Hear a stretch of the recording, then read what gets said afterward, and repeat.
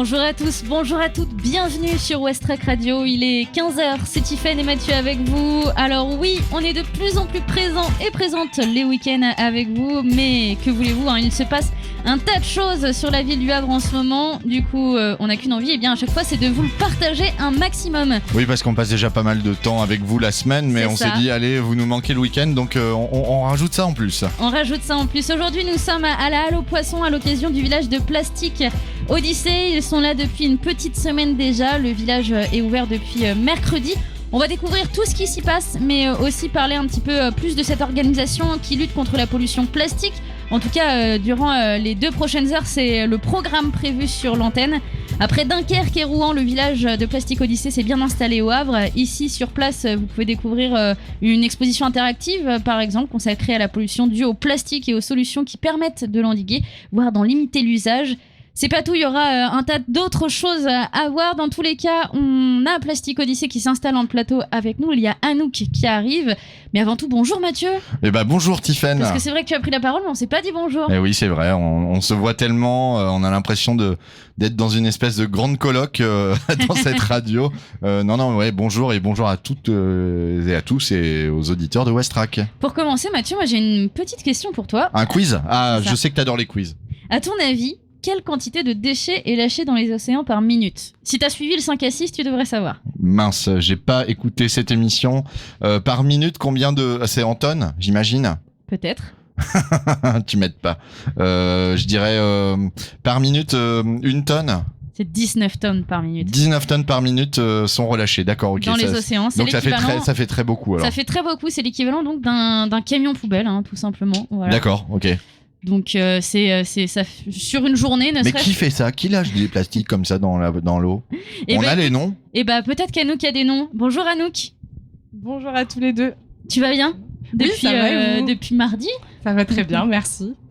Alors, comme je disais, on t'a reçu cette semaine dans le 5 à 6, mais on va resituer un petit peu ce que c'est Plastique Odyssée. Déjà, t'as les noms, toi, des gens qui lâchent tout ce plastique dans les océans ? Alors, c'est pas aussi facile que ça. C'est pas des gens qui lâchent le plastique, mais c'est...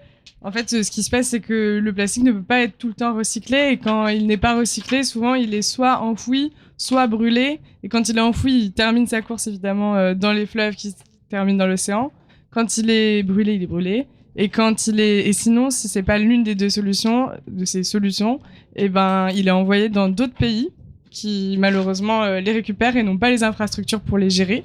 Et donc, ça finit en décharges sauvages qui finissent dans des ruisseaux, qui finissent dans des fleuves, et c'est le cycle de l'eau, ça finit dans l'océan. Sans compter tous ces gens qui ne jettent absolument pas leurs déchets à la poubelle et tout simplement par terre, sachant que là, par exemple, nous, on est au Havre, il y a de l'eau à peu près partout, et donc tout ce qui est par terre finit dans l'eau. Donc, Ouais, moi, j'interpelle des fois des gens dans la rue en disant hey, vous avez perdu quelque chose, il y a quelque chose qui est tombé de votre poche, et souvent, ça met un peu les gens mal à l'aise. Et, ouais. Alors, tu peux avoir une amende quand même pour ça, pour dégradation de la voie publique. Bien sûr, mais bon. Voilà, donc tu peux aussi dire regarde. Des fois, les forces de l'ordre ne sont pas tout le temps présentes. Alors, dans les grandes lignes, Plastique Odyssée, c'est un tour du monde de sensibilisation sur la pollution plastique, justement, à bord d'un bateau. Mais je pense que c'est un petit peu plus que ça, de façon générale. Qu'est-ce que c'est ? Enfin, vraiment, du coup, si on creuse un petit peu plus. Alors, effectivement, on va partir en bateau. Donc, c'est notre moyen de locomotion pour aller à la rencontre des populations dans les pays les plus pollués, dont les côtes sont les plus polluées par le plastique. Il y a 2 axes à ce projet. Il y a tout d'abord un axe à la rencontre des entrepreneurs dans ces 30 escales qu'on va faire pendant 3 ans. On va rencontrer les entrepreneurs et leur transmettre et partager avec eux des technologies de recyclage. Donc nous, il faut savoir qu'à bord du bateau, on a tout un atelier de recyclage avec des machines qui permettent de prendre des déchets et de les recycler en nouveaux objets. Et ça, c'est un atelier qu'on a construit nous-mêmes et dont on va partager les plans avec les entrepreneurs que l'on souhaite rencontrer à chaque escale. Donc ça, c'est toute la partie entrepreneuriat. Et d'un autre côté, il y a aussi tout ce qui est construire un futur sans plastique. Et donc l'idée, c'est vraiment de partir à la rencontre des communautés, échanger avec eux pour trouver des solutions pour éviter ou consommer moins de plastique. Et vraiment, l'idée, c'est vraiment d'échanger et d'apprendre aussi de ces populations qui finalement ont des savoir-faire que l'on peut utiliser aussi chez nous. Alors moi, je pose des questions tout à fait naïves, mais il m'avait semblé justement que déjà le plastique, si j'ai bien suivi, c'est c'est le pétrole qu'on ne peut pas utiliser, qu'on peut pas raffiner pour servir de carburant, donc on utilise des résidus de pétrole pour faire du plastique, donc il y a déjà une question de réemploi, mais j'avais cru comprendre que justement le plastique, c'était un matériau hyper recyclable. Alors pourquoi tout le plastique n'est pas recyclé? Alors le plastique, c'est une matière très complexe. Il faut savoir qu'il y a 7 familles de plastique. Dans ces familles, il y a des sous-familles. Et en fait, quand on produit un objet en plastique, on va pas mettre un seul type de plastique. Ah oui. On va en mettre plusieurs en même temps. On va ajouter des additifs. Et ça fait que ce plastique aggloméré de plein de plastiques est une matière très compliquée à recycler. D'accord. Parce qu'il y a certains plastiques qu'on va devoir faire chauffer à telle température pour qu'ils soient recyclables. Et d'autres, ça sera 20 degrés en dessous. Mais du coup, on peut pas tout faire ensemble. Mais j'ai l'impression que c'est de plus en plus faisable quand même, puisque on connaît nos poubelles jaunes, par exemple, donc ces poubelles de recyclage, où avant on pouvait pas mettre certains objets, je pense par exemple au pot de yaourt, parce qu'il y avait eu du yaourt dedans, tout ce qui avait été en contact aussi avec de la nourriture, et aujourd'hui on peut mettre de plus en plus de choses. Ça veut dire que les moyens grandissent aussi de recyclage? Alors oui, ça veut dire que les moyens grandissent. Après, c'est vrai que le tri, c'est surtout l'étape de tri des plastiques et de reconnaissance visuelle où il y a des machines de différents types de plastiques qui sont de plus en plus perfectionnées. Après, on n'est effectivement pas du tout encore à 100% du plastique produit qui est recyclé. Et aujourd'hui, du coup, à bord de ce bateau Plastic Odyssey, vous allez voyager pour donner des solutions, pour donner des plans, donc qui sont, en fait, ce sont des machines qui sont en open source, voilà, qui ne sont pas brevetées. Est-ce que, comme vous allez aller dans des pays justement qui reçoivent un peu les déchets, puisque en fait, c'est un peu des pays décharge finalement, est-ce qu'ils vont avoir besoin de moyens pour réussir à les construire, ou est-ce que ce sont justement des machines qui vont être faisables aussi pour tous et toutes? Alors, il faut effectivement quand même un petit peu de moyens, parce que l'atelier de recyclage, il est construit à une échelle semi-industrielle, donc c'est pas totalement low-tech, mais même si ça l'est. Il faut un minimum de moyens, même s'il en faut quand même. Donc, effectivement, c'est accessible, mais il faut du personnel et il faut un apport financier, mais beaucoup moins élevé que ce que l'on peut voir dans les ateliers de recyclage industriels. Non, je croyais que tu voulais dire quelque chose. Non, j'écoute avec attention. Donc il y a tout ce volet-là, et puis du coup avec ce bateau, vous installez aussi du coup les villages de sensibilisation comme aujourd'hui. Donc on commence avec un petit tour de France avant de faire ce tour du monde. C'est quoi le but aussi de ces villages, parce que vous travaillez plutôt avec des associations locales. Donc aujourd'hui, on retrouve des associations, des entreprises havraises par exemple.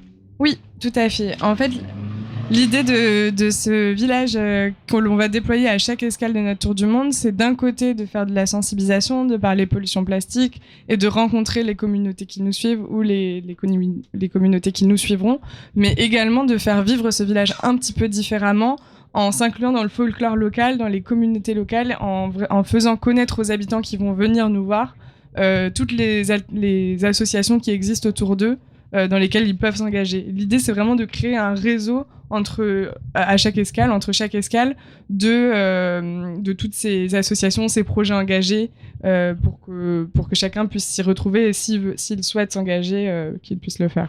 Et alors, justement, sur cette tournée, est-ce que vous arrivez à nouer aussi un lien avec les institutions, les collectivités? Je vois ici, au Havre, on a une communauté urbaine qui est sensible à cette question, qui organise un salon du réemploi tous les ans. Est-ce que ça fait partie des acteurs qui, quand vous arrivez, vous ouvrent grand les bras, vous rencontrez des interlocuteurs, ou c'est un peu plus compliqué? Non, tout à fait. Effectivement, par exemple, ici au Havre, on a beaucoup travaillé avec la ville du Havre et la communauté urbaine, qui sont toutes les deux engagées dans des démarches sur l'éco-pédagogie. Donc, ça les intéresse beaucoup de pouvoir faire venir des classes pour les sensibiliser. Et c'est ce qu'on a fait jeudi dernier. On a reçu 4 classes, donc 2 de la ville et 2 de la communauté urbaine. Et effectivement, en général, ces collectivités sont très intéressées par le projet et nous accueillent, à bras ouverts. Il y a quand même du coup deux grands volets principaux qu'on remarque. Il y a ce côté très sensibilisation du coup à l'emploi du plastique aujourd'hui, comme on peut voir au Havre, et du coup à la réutilisation et à son recyclage, parce que au final, quand vous allez faire votre tour du monde dans les pays un peu plus au sud, c'est pas vraiment eux qui l'utilisent et qui le jettent, le plastique. Eux, ils le reçoivent en mode on sait pas quoi en faire, voilà. On vous l'envoie. Eux, ils le reçoivent, et en fait, ce qui est intéressant, et c'est pour ça ça va être vraiment intéressant de rencontrer ces personnes-là, c'est que elles utilisent des matériaux alternatifs Et l'idée, c'est vraiment de récupérer un maximum de ces objets et de les présenter sur le village à notre retour dans 3 ans. Et c'est pour ça qu'on a par exemple ce marché des solutions sur le village qui est vraiment une présentation d'objets qui sont soit issus du recyclage de plastique, soit des exemples de réutilisation d'anciens objets en plastique, soit des alternatives. L'idée, c'est vraiment de compléter ce village au fur et à mesure de notre expédition. C'est un village qui est apprenant, qui va s'enrichir des populations qu'on va rencontrer et de revenir dans 3 ans à la fin de l'expédition avec de nouvelles solutions à proposer. Dans 3 ans, l'expédition devrait être terminée. Elle commence quand là Enfin, ce tour du monde, il commence quand? Alors là, le tour du monde, il commencera dès que le bateau sera terminé. Le bateau, il finit son chantier à Dunkerque en ce moment. Donc on attend la fin de chantier pour pouvoir partir. Ça s'est passé comment pour réussir à trouver un bateau justement Je pense qu'il a fallu réussir à réunir assez d'argent pour acheter un bateau, pour réunir une équipe, puisque vous allez être pas mal sur le bateau. Il va y avoir 8 marins, c'est ça, hein, pour gérer tout ce qu'il y a à gérer sur un bateau. Forcément, comment ça s'est passé pour réussir à l'avoir, ce bateau, du coup? Alors effectivement c'est un bateau assez gros, il peut réunir 20 personnes en tout sur l'expédition. D'ailleurs, je vous invite, si vous passez du côté du village Plastic Odyssée, il y a une très belle maquette qui permet de voir, et je crois qu'on peut le visiter virtuellement. Oui, il y a un casque de réalité virtuelle, tout à fait. Pour convaincre et pour réussir à financer ce bateau, effectivement, les créateurs du projet étaient partis, je crois que c'était il y a 3 ans, en Tour de France avec un prototype qui s'appelait Ulysse. Donc c'était un bateau qui était propulsé à la pyrolyse, comme la pyrolyse qu'on aura sur le bateau Plastic Odyssey. La pyrolyse, parce que moi j'ai fait physique-chimie en terminale, je me rappelle plus exactement le procédé de pyrolyse. Tu parlais tout à l'heure du fait que le plastique était issu du pétrole. Ouais. L'idée c'est de prendre du plastique et de le remettre à son état de pétrole et donc de carburant. On peut faire ça. Tout à fait. Mais ça voudrait dire qu'on pourrait s'en servir comme carburant du plastique. Oui, mais pour l'instant, c'est pas encore c'est pour l'instant très expérimental. Okay. En tout cas, pour faire avancer un bateau, ça n'a jamais été fait. Et du coup, l'idée, c'est d'essayer de l'utiliser au maximum, même si pour l'instant, on y va progressivement. Donc la propulsion du bateau sera grâce aux déchets plastiques. Au fur et à mesure, on va y arriver. Ok. C'est ça. C'est évolutif comme le c'est village. bien, c'est qu'effectivement, il y a vraiment une notion de recherche et développement très très poussée en fait dans l'action de Plastic Odyssey. Tout à fait. Ouais, bon. Et j'imagine que du coup, entre 2 escales, la vie à bord va continuer sur les recherches, etc. Le but, ça va être de faire une escale, repartir pendant la route, mais du coup pendant la mer. Écrire tout ce qui s'est vu, tout ce qui s'est fait, réétudier et du coup transformer en une nouvelle ressource qu'on a appris sur l'escale précédente pour l'escale suivante. C'est ça. C'est exactement ça. C'est un tour du monde apprenant. Ça va être, il va y avoir beaucoup de choses à faire parce que à la fois il faudra préparer les escales suivantes, mais aussi récupérer tout le savoir qu'on aura engrangé dans l'escale précédente. Donc ça va être sportif et c'est pendant le trajet en bateau. Donc j'espère qu'on n'aura pas tous le mal de mer et qu'on pourra travailler quand même. Vous allez le savoir très vite. Où sera la toute première escale? En Égypte. Ok. Enfin, une fois qu'on partira en tour du monde, ça sera... Oui, c'est ça, oui, on parle pas des villes françaises. Est-ce que, de façon générale, tout le monde peut soutenir le projet aussi, puisque vous êtes une grande organisation, j'imagine qu'il y a aussi besoin de fonds? Tout à fait. On cherche encore, bien sûr, des fonds et on peut, bien sûr, faire un don à l'association Plastic Odyssey. On cherche encore des mécènes pour nous aider à financer nos actions de sensibilisation. Et donc, toutes ces informations, vous pouvez les retrouver sur le site internet plasticodyssey.org. Eh ben merci Anouk. Alors je tiens quand même à préciser que sur le village Plastic Odyssey qui fait escale au Havre depuis le 15 septembre, il y a aucun plastique, il y a aucun mobilier, objet avec du plastique à l'intérieur. Oui, c'est une grande fierté pour l'équipe de l'association Plastic Odyssey parce que c'est effectivement un événementiel et sur ce type de stand, c'est compliqué de faire du complètement sans plastique neuf. Et pourtant, on a relevé le défi, on a réussi. Donc, sur le village, vous trouverez du plastique recyclé, vous trouverez des objets en plastique réutilisés, récupérés, mais aucun plastique neuf. Il n'y a que des alternatives, du recyclage ou du réemploi. Donc, c'est une grande fierté.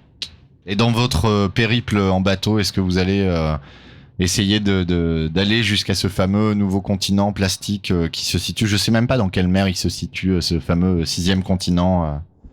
Alors Mathieu, si tu avais lu notre exposition, Mais je n'ai pas encore eu le temps, mais je vais le faire, je vais le faire. Finalement, le 7e continent, Le 7e continent, pardon. Il n'est pas forcément visible à l'œil nu parce qu'il se constitue essentiellement de microplastiques qui sont charriés par les courants ou de plastiques qui coulent au fond de l'océan. Donc, parce qu'on a un peu ces images d'Épinal de voir des énormes étendues de plastique sur la mer. Ouais, et ça c'est surtout aux embouchures de fleuves que se concentrent ces enduits de plastique, mais en fait, ce continent de plastique, il est partout. Oui, voilà, c'est l'ensemble des océans. Il est aussi dans nos corps, puisque finalement, je crois que c'est l'équivalent d'une carte de crédit. Quand on avale, du coup, c'est quoi? C'est par jour, par mois? Je crois que c'est par semaine. Par semaine. Une carte de crédit, une carte bancaire par semaine. Voilà. Parce que du coup, les poissons, les animaux mangent du plastique, que ce soit dans l'air, dans les océans, dans les nutriments, et du coup, on mange du plastique derrière. Donc, voilà. Bon, et il va falloir. C'est pas vieux le plastique. Dans l'histoire de l'humanité, c'est quand même un matériau qui est très récent, qui date surtout du XXe siècle, quoi. Et en fait, en quelques décennies, on en arrive à des absurdités, des extrémités de la sorte. Il va falloir agir rapidement. En tout cas, merci beaucoup à Plastic Odyssey pour cette initiative, en espérant que il va y avoir une vraie prise en compte de tous les gouvernements du monde qui vont se tenir par la main et qui vont dire allez, on agit tous ensemble. Je pense que le challenge, ça va être aussi pour les grands patrons d'entreprise se dire le plastique, c'est pas cher finalement. Donc comment faire passer la planète avant l'argent? Tu veux dire environnement versus capitalisme? Voilà. Grande question de société. Tout à fait. Merci à nous. Mathieu, on va se faire une petite pause musicale et je crois que notre prochain invité va directement arriver aussi sur le plateau. On va parler du Hangar Zéro. Évidemment, donc, qui le Hangar Zéro qui fait partie des acteurs locaux engagés dans toute cette transition écologique, énergétique, sociale.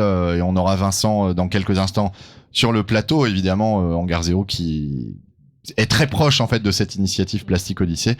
Mais avant, on va faire des pauses musicales. Alors j'ai fait un peu à l'arrache une petite playlist où il y a toujours un peu du plastique, soit dans le titre, soit voilà. 10 jours qu'on bosse sur cette playlist, c'est pas vrai. Et donc on va commencer par Radiohead, bien évidemment, avec Fake Plastic Trees, et puis on se retrouve juste après. The green plastic watering can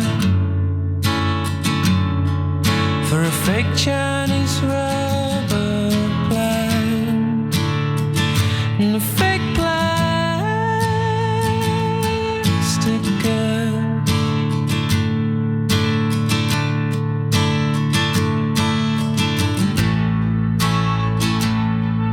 Which she bought from a rubber man in a town full of rubber plants to get rid of itself.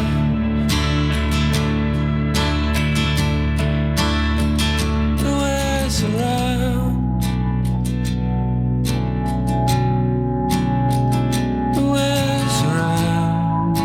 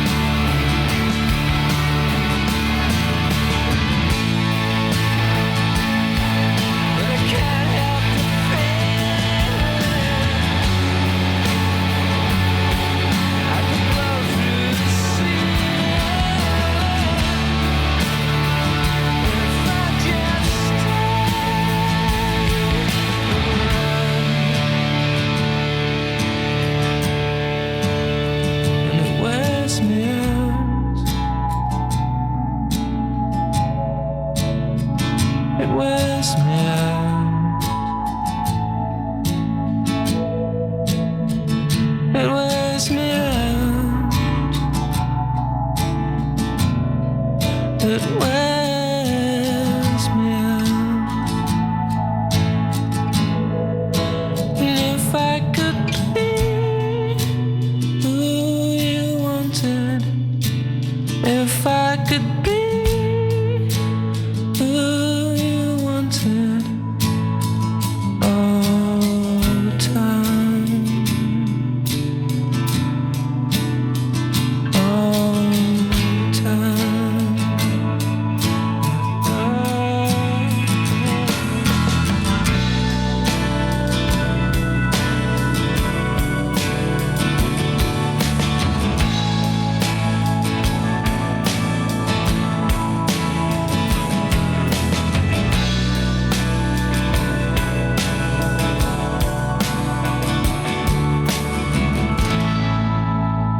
Magnifique titre de Radiohead, Fake Plastic Trees. On est en direct du village de Plastic Odyssée. Je sais même pas si on a précisé où on était physiquement dans le Havre. C'est rue Général Fédère au quartier Saint-François. Exactement, au pied de la Halle aux Poissons, un superbe lieu que ça fait pas longtemps que j'ai eu l'occasion de découvrir, puisque effectivement la Halle aux Poissons était fermée au public durant toutes ces années.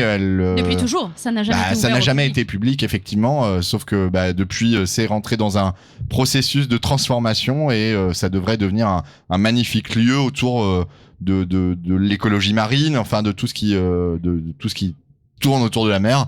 C'est en train, et en en tout cas, plus, puisqu'il il y a faut... des programmations qui Exactement. s'enchaînent. Et il faut préciser qu'en plus, c'est le week-end des Journées du Patrimoine. Et donc, plein de lieux havrais sont également en visite. Exactement. Et du coup, d'ailleurs, il faut le dire, la Halle aux Poissons fête aussi les Journées du Matrimoine. J'allais dire, aujourd'hui. j'ai failli oublier de dire que c'était les Journées du Patrimoine. C'est pour ça que je suis là pour te reprendre, Mathieu. Mais de toute façon, on en parlera tout à l'heure avec Clémentine qui sera avec nous. Mais avant ça, Vincent nous a rejoint sur le plateau. Vincent du Hangar Zéro, bonjour. Bonjour Tiffany et bonjour Mathieu. Ça va comme nom de famille du Hangar Zéro ? Ouais, ça va. Vincent du Hangar Zéro. Avec la particule. Alors, on en a déjà parlé pas mal de fois sur l'antenne du Hangar Zéro. On suit ce projet depuis les prémices. C'est ça, mais je pense que depuis cet été, il y a plein de gens qui sont venus s'installer au Havre et qui ne savent pas ce que c'est. Est-ce qu'on peut rappeler ce que c'est ce projet de Hangar Zéro ? Bien évidemment, donc le Hangar Zéro, c'est avant tout une ancienne friche industrielle implantée sur les quais de la Saône, donc en face des 2 cheminées EDF. C'est important de le rappeler physiquement parlant pour qu'on sache où le trouver. C'est accessible à pied, en mobilité douce et en bus bien évidemment. Donc un magnifique site entouré de bassins, entouré de verdure, entouré d'un parc, de futurs jardins partagés, d'une future serre. Donc le Hangar Zéro, c'est à la fois un lieu, un bâtiment avec sa façade classée patrimoine portuaire, sur lequel justement on essaye d'avancer, on voit un petit peu toute l'histoire, et c'est également et surtout un futur tiers-lieu. Donc tiers-lieu, c'est vrai que ça s'utilise pas mal ces derniers temps.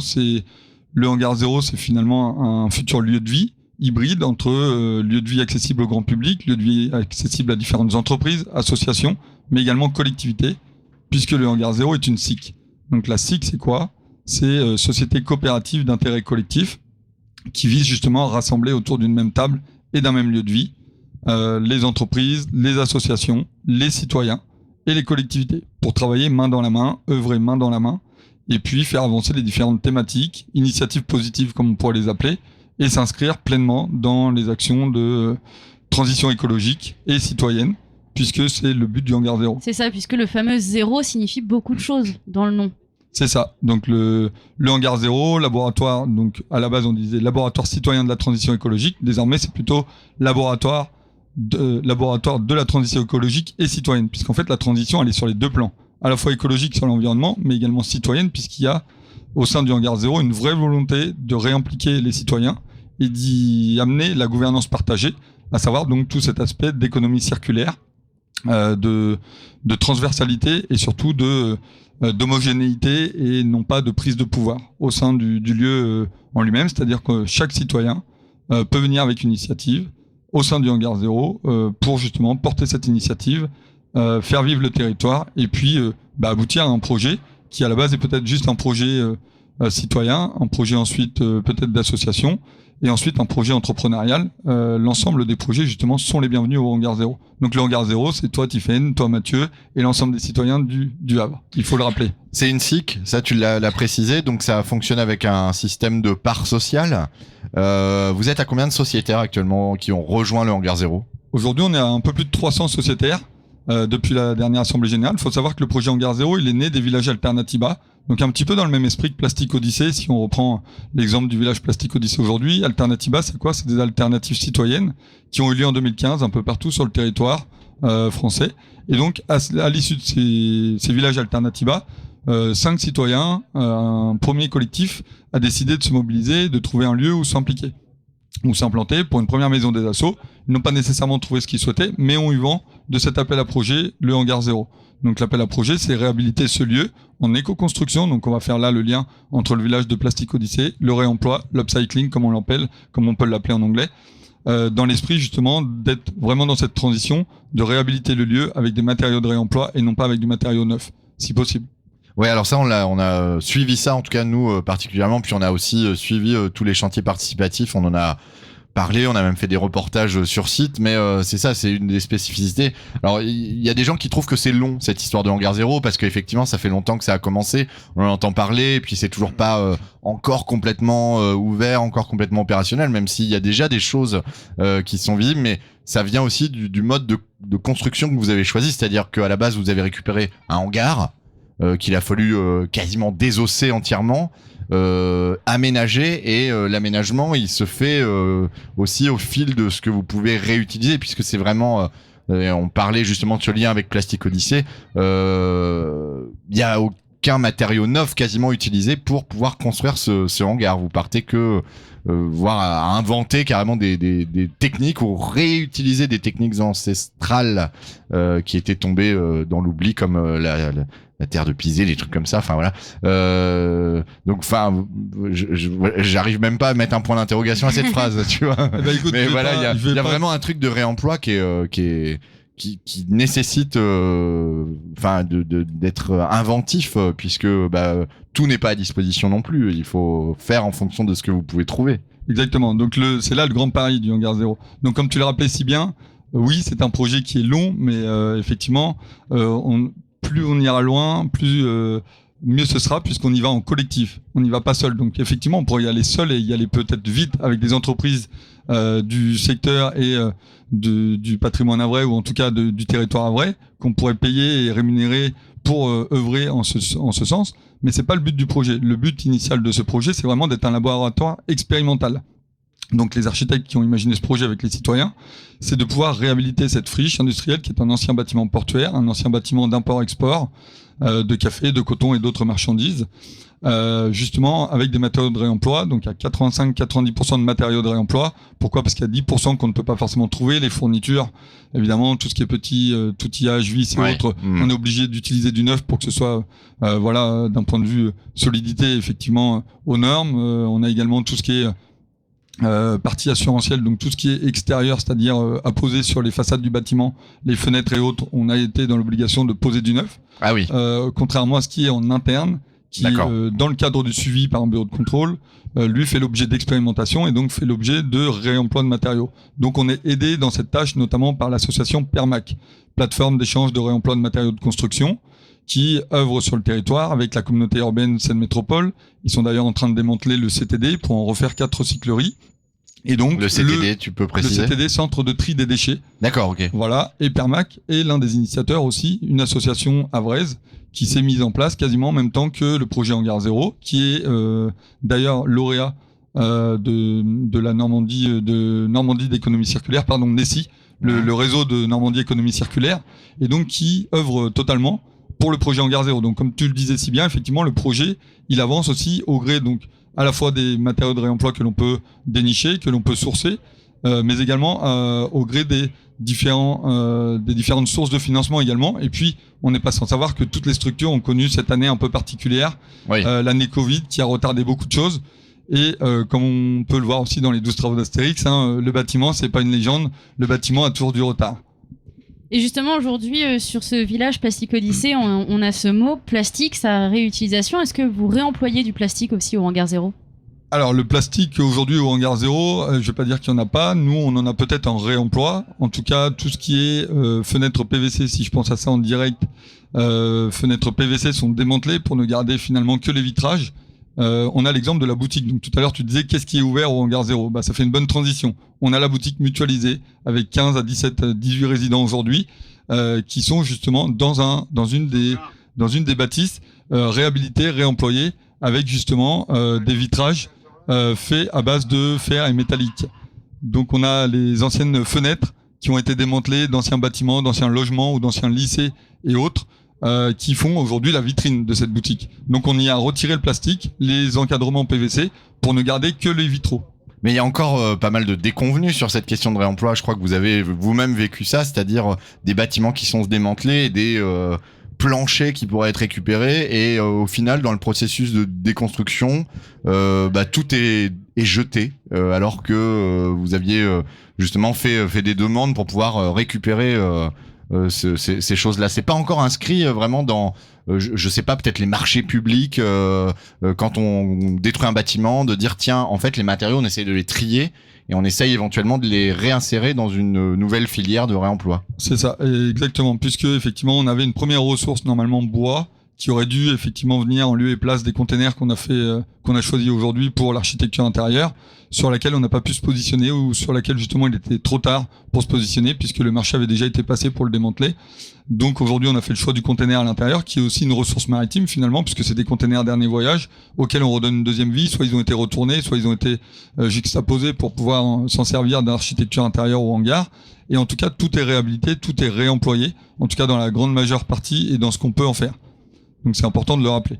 Et donc une boutique ouverte au public et pas mal de choses qui arrivent bientôt aussi. Un restaurant. Oui. Bientôt un restaurant, mais j'allais plutôt parler des choses qui arrivent là pour cette rentrée, puisqu'il y a pas mal d'événements à notifier. Exactement, puisque comme tu le rappelles si bien Tiffaine, la boutique est ouverte depuis le 26 mai 2021. C'est important puisque c'est un pari fou, donc allez voir les gens de la boutique, allez voir les résidents de la boutique qui sont eux-mêmes sociétaires du Hangar Zéro, qui œuvrent eux-mêmes pour un artisanat local, et qui d'ailleurs aujourd'hui, à l'occasion des journées de patrimoine, comme tous les samedis, sont ouverts de 10h30 à 19h, et vous accueilleront avec grand plaisir, avec l'association Normandie Équitable, c'est des Biens Vivants et les 15 autres résidents présents sur le lieu, mais également, donc comme le disait Mathieu, un futur restaurant, donc restaurant type brasserie, circuit court, produits locaux et autres, à venir, donc on l'espère sur le mois de novembre, une ouverture prochaine, donc très prochaine, et également tous les événements, puisque la rentrée est riche d'événements. Donc pour faire le lien entre Dunkerque, Plastic Odyssée, on va directement basculer sur l'événement Barry the Straw. Barry the Straw, c'est quoi? C'est Barry the Run. Donc c'est une association qui œuvre pour l'impact carbone de la paille, donc avec un aspect pédagogique sur tout l'impact carbone d'une paille. Donc il va arriver lundi 20 sur le Havre, au travers d'un périple piéton, donc de Dunkerque à Perpignan. On va l'accueillir le 21 au matin pour une conférence sur le Hangar Zéro, et le 21 après-midi, donc mardi à 14h30, pour un plugging sur les quais de la Saône. Et on précise justement que Barry the Straw, c'est Théo et Steve qui sont tous les deux havrais, qui se sont embarqués dans ce périple, donc ils sont partis de Dunkerque et ils vont jusqu'à je sais pas où, mais dans le Perpignan. sud. Perpignan, voilà. Et donc effectivement ils seront de passage au Havre le 21. C'est ça. Et donc dans les événements, et je vais essayer de faire bref là-dessus parce que la semaine est très riche en événements. On a un petit peu de temps. Hein. C'est vrai? Ouais. Bon. Donc du coup, pas trop. Je vois Tiffaine qui modère. Moi j'aime bien quand on déborde un petit peu. Donc du coup sur la semaine qui vient, on a de nombreux événements. Donc on a effectivement le LH Forum également, sur lequel on est invité pour une table ronde. La table ronde autour de tout le LH2O, puisque c'est la thématique de l'année. C'est le nouveau nom du LH Forum cette année, LH2O. Ouais. C'est ça, LH2O, donc c'est la thématique, comment on travaille l'eau, comment nous on travaille toutes les installations autour de l'eau, comment on traite cette eau sur le Hangar Zéro, comment on aborde ce sujet, qui a été d'ailleurs abordé aussi, comme on le disait juste avant l'émission avec Mathieu, au travers de l'aspect Seine, réinventer la Seine et autres, dont le Hangar fait partie, puisque le projet du Hangar Zéro, c'est au travers de réinventer la Seine. Donc on a aussi une thématique là-dessus. Mais pour revenir sur les événements, donc LH Forum jeudi 23 à vendredi 24 au Havre, avec la table ronde. Une intervention effectivement d'un sociétaire, normalement jeudi 23, autour de justement réinventer la Seine, la descente de la Seine à la nage et de la Seine à vélo. Le vendredi 24, on vous accueille pour une guinguette à partir de 16h au Hangar Zéro. 16h-23h, la guinguette du Hangar Zéro pour la dépendaison de crémaillère de la terrasse. Et le 24-25, pour clôturer, en même temps que tous ces événements, le Creative Camp. Donc le Creative Camp, c'est quoi? Première édition, c'est une première initiative des acteurs impliqués dans la transition écologique sur le Havre, qui vont se rassembler et faire un premier temps fort. Donc le temps fort se passera au fort de Tourneville, en hauteur de la ville, avec les différentes associations du fort, Normandie Équitable pour ses 10 ans, et d'autres invités tels qu'Epi Boujou, tels que là le Poisson, et également d'autres invités de tout ce qui est économie circulaire sur le Havre. Alors par contre, s'il y a une guinguette pour une pendaison de crémaillère d'une terrasse et vu tous les projets qui sont prévus pour le hangar 0, il va y avoir beaucoup de guinguettes. Des pendaisons de crémaillère pour cette première, puisqu'en fait on installe la serre d'ici peu. Une entreprise va intervenir pour nous aider à justement installer la partie structurelle de la serre aux abords du hangar. Et donc là c'est la dépendaison de crémaillère. On a déjà fait 2 événements cet été avec Radio Nova notamment, avec l'arrivée d'Arthur Germain à l'issue de son périple d'éco-aventurier de 784 km sur la Seine à la nage. Et là c'est la dépendaison de crémaillère, parce qu'on s'est dit qu'avant d'installer la serre, il fallait qu'on profite une dernière fois sur cet été indien de la terrasse en mode pas de toit, juste une bâche en guise de tonnelle.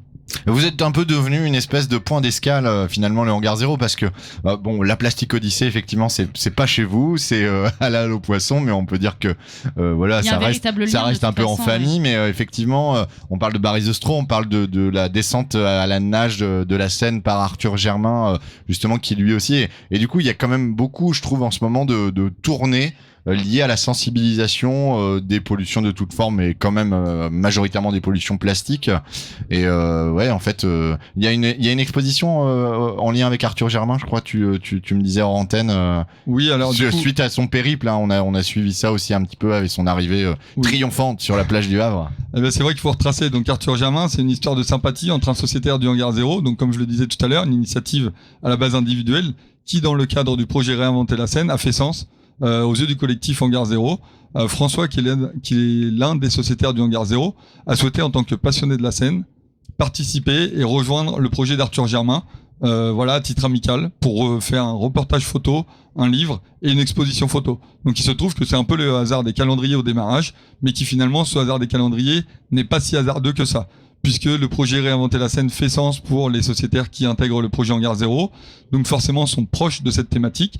Et il se trouve que François, sociétaire du Hangar 0, a lui souhaité rejoindre le projet de Arthur Germain, Seine à la nage. Arthur Germain s'est prêté au jeu, a accepté l'invitation et la proposition de François, donc de façon très amicale. Et donc les deux personnes, donc cet éco-athlète qui est Arthur Germain, cet éco-aventurier qui est Arthur Germain, 19 ans, athlète avec deux records aujourd'hui, puisqu'il a déjà fait la traversée de la Manche à 16 ans, là, 19 ans, la traversée de la Seine à la nage, jour pour jour, avec l'arrivée jour pour jour. Il faut dire quand même que c'est des sacrées performances autour de l'eau, autour de la sensibilité de l'eau. Et effectivement, donc là, depuis leur arrivée, donc fin juillet, on a eu l'occasion d'avoir et d'exposer les différentes photos d'Arthur Germain et François Guillotte au Hangar 0, dans le futur espace restaurant et à la boutique. Aujourd'hui, la famille d'Arthur Germain et François Guillotte sont eux-mêmes à Honfleur sur la fête de la mer pour exposer ces photos. Donc si vous êtes de l'autre côté de l'eau et que vous souhaitez aller leur faire un petit coucou, ce sera avec plaisir. Et puis il faut savoir qu'Arthur Germain sera également sur l'ouverture du LH Forum la semaine prochaine au Havre pour justement raconter son éco-aventure. Ben voilà, la boucle est bouclée. C'est beau quand ça se passe comme ça, en tout cas, que tout arrive à bien s'emboîter correctement et que ça donne un véritable parcours. Donc voilà, merci en tout cas Vincent, et je crois que t'as plein de choses encore à faire à la Halle aux Poissons, parce qu'on disait ça n'arrête pas.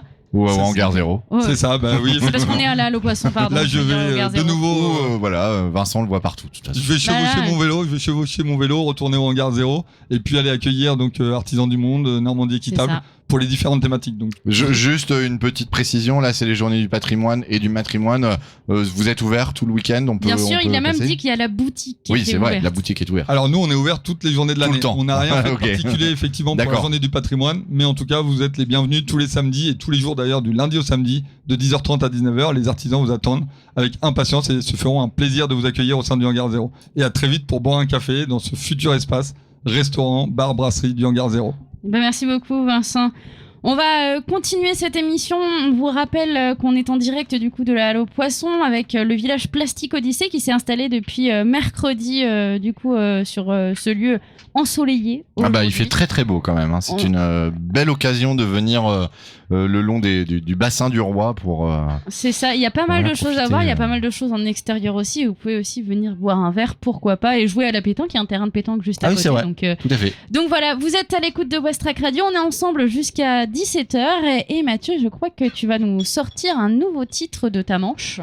Évidemment, Gorillaz a sorti un album qui s'appelle Plastic Beach et un titre éponyme qui s'appelle Plastic Beach.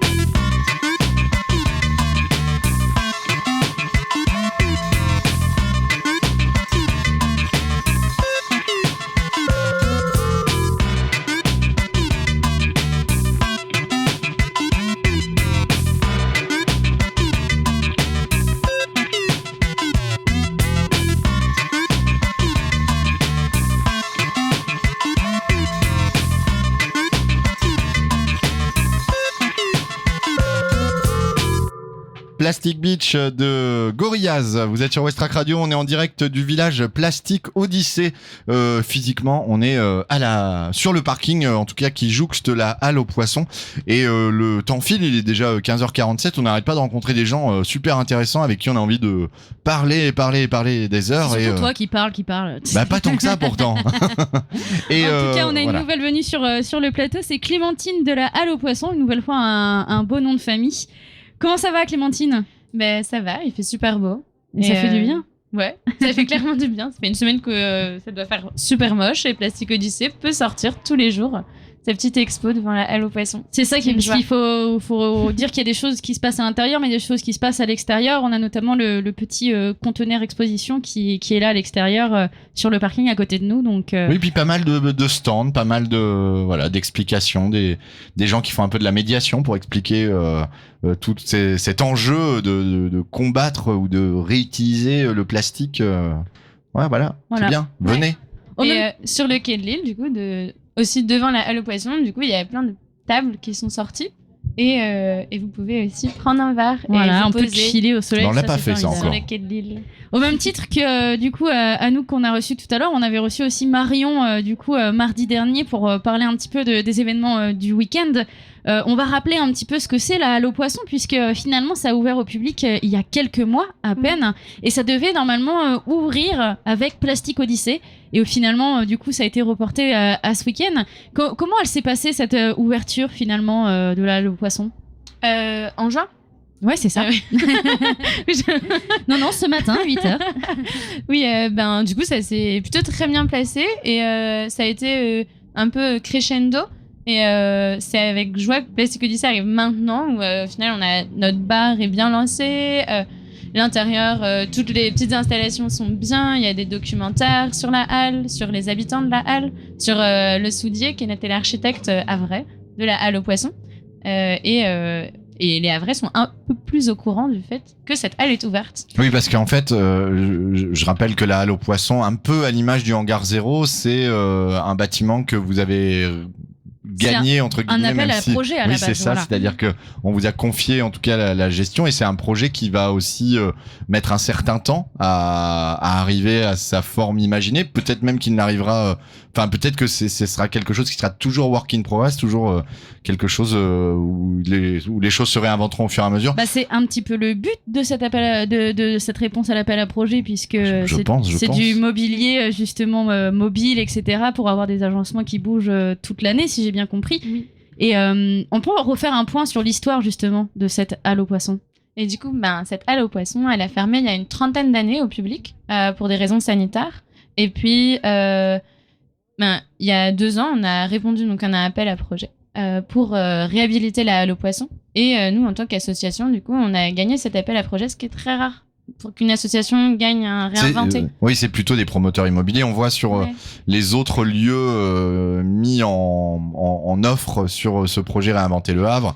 Il y a pas mal de projets immobiliers. Je vois tout ce qui va être Crédit Municipal, l'ancienne école de management du côté du lycée Porte-Océane. Enfin, on est sur des réhabilitations qui vont devenir des logements un peu intergénérationnels. Mais là, le Poisson, effectivement, vous avez réussi en tant qu'association à vous positionner et à remporter cet appel d'offres. Donc, bravo. Merci. Et c'est vrai que c'est vraiment une chance du coup que la mairie et le Havre nous fassent confiance là-dessus. Maintenant, il faut que les Havrais viennent, comme au Gare Zéro, occuper l'espace et imaginer plein de choses. Nous, on a une envie, c'est que ce soit un lieu d'écologie marine, parce que c'est une ancienne halle aux poissons, donc quoi de plus logique que de parler de la mer. Et puis aujourd'hui, quand on parle de la mer, on parle forcément d'écologie. L'écologie, ça veut aussi dire, du coup, mieux comprendre avec qui on vit et être dans l'inclusion. D'où, aujourd'hui, c'est les journées du patrimoine, mais aussi du matrimoine. Et du coup, Justement, on a bien fait l'accent là-dessus. c'est ça, on va pouvoir en parler de la programmation complète du jour, Oui. mais je te Et laisse puis, finir. Oui. Du coup, pour l'instant, on essaie de rappeler aux gens qu'est-ce qu'était la halle aux poissons, du coup, parce qu'il y en a beaucoup. Moi, j'ai moins de 30 ans et je l'ai jamais vue ouverte, cette halle. Je suis havraise, j'étais jamais rentrée dedans avant de travailler sur le projet. Bah, c'est vrai qu'elle est beaucoup plus belle de l'intérieur que de l'extérieur. C'est vrai que en fait, Elle est très austère. d'extérieur, ça paraissait être un peu une verrue, hein, vraiment dans ce quartier Saint-François. Et quand on voit l'intérieur, on comprend même l'intention architecturale qu'il y avait sur ce bâtiment. Oui, vraiment comme un peu une cathédrale et même pareil, bon, c'est pas à l'échelle de Saint-Jean, mais quand on rentre dans l'église, on comprend la lumière et on la voit vraiment. Quand on rentre dans la halle aux poissons, quelle que soit l'heure, on voit la lumière différemment et ses couleurs. Et sur le port du Havre, on a une jolie lumière. Il y a le retrait en fait de ce frigo en fait central qui a beaucoup joué aussi. Pour cette lumière, pour cet espace, puisque oui, c'est cet espace qui ressemble un peu à une scène au centre. Ah oui, mais moi je vois un DJ là. Hein. De la depuis halle le aux premier jour où je suis venu, je vois des grosses soirées électro. Bon bref. Faut savoir que c'était un frigo avant. Voilà. Enfin, dans tous les cas, le projet il est suivable en fait sur les réseaux sociaux, puisque depuis le début, il y a des choses qui ont été postées. Et il est suivable en vrai. En fait, la halle aux poissons ouverte, du coup, pour l'instant, tous les mois de beau temps, on va dire ça comme ça. C'est compliqué à anticiper ça. Oui, après, ça va. C'est-à-dire qu'on dit quoi, juillet, août, mais du coup, il n'a pas fait archi beau. Donc 6 mois de l'année. Ok. On va primer sur 6 mois de l'année, il fait beau au Havre. Et du coup, on est ouvert du mercredi au dimanche pendant ces 6 mois de beau temps. Ok, et comment ça se passe en fait n'importe qui passe peut rentrer, visiter Alors le matin, on est plus dédié à des groupes, des associations, des centres aérés, des écoles. Pour faire un petit peu de médiation autour de l'environnement, du bâtiment, mais aussi de médiation artistique, culturelle, environnementale. Et l'après-midi, c'est vraiment comme un musée que vous pouvez, ou juste un très joli hangar que vous pouvez venir visiter. Et ce week-end, du coup, on l'a dit, il y a beaucoup de choses qui se passent. Il y a Plastic Odyssey qui est là avec un village depuis mercredi. Donc, on a eu des visites au public. On a eu aussi des visites de groupes scolaires. Aujourd'hui, c'est réouverture à tout le public avec différents stands, etc. Et il y a aussi les journées du matrimoine, du coup, qui sont célébrées aujourd'hui à la Halle aux Poissons. Qu'est-ce qui s'est passé un petit peu ce matin ? Et ben, ce matin, on a accueilli 6 femmes fabuleuses qui sont venues nous parler de leur relation à la mer. Parce que c'est vrai que la mer est un milieu historiquement, on va dire, dans l'imaginaire peut-être collectif, était, j'espère, un milieu assez masculin. Je pense que ça l'est toujours un peu. Enfin, si on prend vraiment la marine marchande et autres, on est quand même sur des équipages très très masculins. C'est vrai. Et du coup, on a voulu un petit peu changer le game. Et du coup, on a invité 6 femmes du coup, qui font changer les choses et qui ont fait changer les choses par leur carrière, leur investissement, leur amour de la mer. Et voilà. On recevra l'une d'entre elles d'ailleurs tout à l'heure, qui est Géraldine Leroux, du coup autrice aussi de Six Sisters. Si je le prononce bien, mon accent anglais, on le connaît bien. Ça va, Six Sisters, c'était pas très compliqué. Peut-être qu'il y a un S en fait, donc peut-être que c'est Sisters, mais bon, voilà. Et du coup, c'était une table ronde qui était animée par Pierrette Pape, qui était là. On a eu un concert aussi juste avant du coup le démarrage du plateau. Oui, de Émilie. Émilie Yojenka. Et du coup, c'était aussi un concert d'une femme assez engagée, dont les chansons sont assez engagées aussi, pour ces journées du matrimoine. Et en effet, nous, par exemple, moi je suis architecte, je suis une femme, et en fait, on est beaucoup dans ce projet de femmes engagées. Et en fait, quand on est une femme et qu'on travaille dans un milieu assez masculin, on aime bien parler des journées du matrimoine. Parce que même dans l'architecture, tu estimes ou confirmes que c'est très masculin ? Les choses sont classées au patrimoine mondial, mais il n'y a pas de matrimoine mondial. Oui, non, mais je sais bien, mais effectivement, je me disais, je sais pas, l'architecture, c'est peut-être un petit peu plus ouvert comme milieu et Sûrement plus ouvert que peut-être les milieux maritimes, j'imagine, parce que je suis pas du milieu maritime. mais oui, les études sont très ouvertes aux femmes, mais après, la profession est plutôt réservé aux hommes. Et il y a toujours des écarts de salaire faramineux. Ouais, non, mais c'est intéressant parce que bon, nous évidemment, on vient un petit peu plus du milieu musical et je sais qu'en ce moment, le milieu musical est énormément porté sur cette analyse des chiffres, de dire bon, c'est bien, on a l'air de dire qu'on est ouvert, c'est génial, mais quand on regarde qui dirige les salles de spectacle, combien il y a de femmes sur scène, on se rend bien compte que quand on met des chiffres vraiment sur la table, on se dit on a tous l'impression qu'on fait super bien le taf, alors qu'en fait pas du tout. Et même sur Westrack, d'ailleurs, je le dis, nous on a une facilité de programmation, on programme ce qu'on veut, et finalement on se rend compte que la part des femmes dans notre programmation musicale, elle représente finalement que 30%. alors que et on pensait qu'on était genre limite on atteignait la parité, et en fait quand on commence vraiment à comptabiliser, à mettre des stats, on se rend compte que il y a encore des écarts, et dans le milieu de l'architecture il y a ce genre de vous commencez à mettre le doigt un peu dessus et de commencer à mettre des chiffres sur la table ou Nous par exemple du coup donc moi je travaille dans un cabinet qui s'appelle Encore Heureux, et Encore Heureux Architecte, quand on a fait notre séminaire en juin, et ben c'était une des premières années où en fait on avait déblayé tellement de sujets du quotidien qu'on a réussi à dire mais en fait on est une majorité de femmes chez Encore Heureux, mais Ouais. c'est bizarre quand on est à la radio ou quand on écrit, c'est principalement les hommes qui parlent. ah oui. Et ben là, aujourd'hui, non. 5-6 des hommes. Ah, au sein même du cabinet. Oui, en fait, Ah oui, d'accord. comme si on avait l'habitude de se mettre en retrait. D'accord, ok. De se dire qu'on va pas si bien parler que ça. Et voilà, de juste avoir un peu beaucoup d'humilité qui fait qu'on se met en retrait naturellement.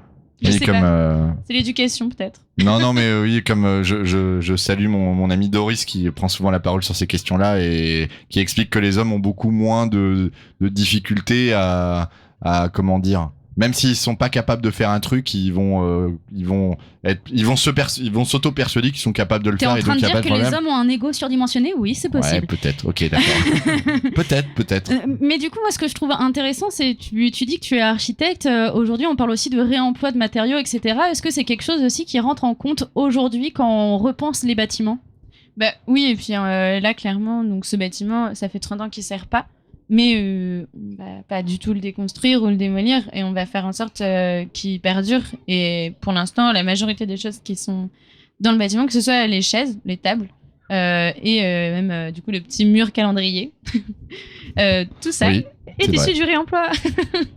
Donc ça part dans ces démarches-là également. Le reste de la journée, il va avoir encore pas mal de choses, puisque là, on est en plateau, donc c'est vrai qu'on fait partie intégrante, Oui, tout de à la fait. programmation. Du coup, on est en direct jusqu'à 17h, et après nous, il y a encore plein de choses qui se passent à la Halle aux Poissons. Et pendant aussi, là, du coup, je fais un petit clin d'œil à Simon Lebas, qui est parti faire un cours de skate. Ah oui, c'est en vrai lien qu'il y avait avec du skate Quicksilver. aujourd'hui. Bah Ouais. moi j'y vais. Du coup, Tiffen, je te laisse. Je vais Allez, aller c'est parti. faire du skate. Te casse pas une jambe, hein. Et du coup, je parle de la petite initiative de Simon et de Quicksilver qui offre des cours de skate. Enfin, en tout cas, Quicksilver permet à Simon de pouvoir faire des cours de skate à que 3 €. Donc uniquement 3 €, donc très accessible à tout le monde. Et c'est tous les samedis. Du coup, n'hésitez pas à regarder la page Facebook de Quicksilver ou de Simon. Lebas. D'accord. Et c'est dans la halle. Non. Non. Non, parce que la halle est ronde et que du coup, les débutants touchent peu très du vite mal à les tourner. murs.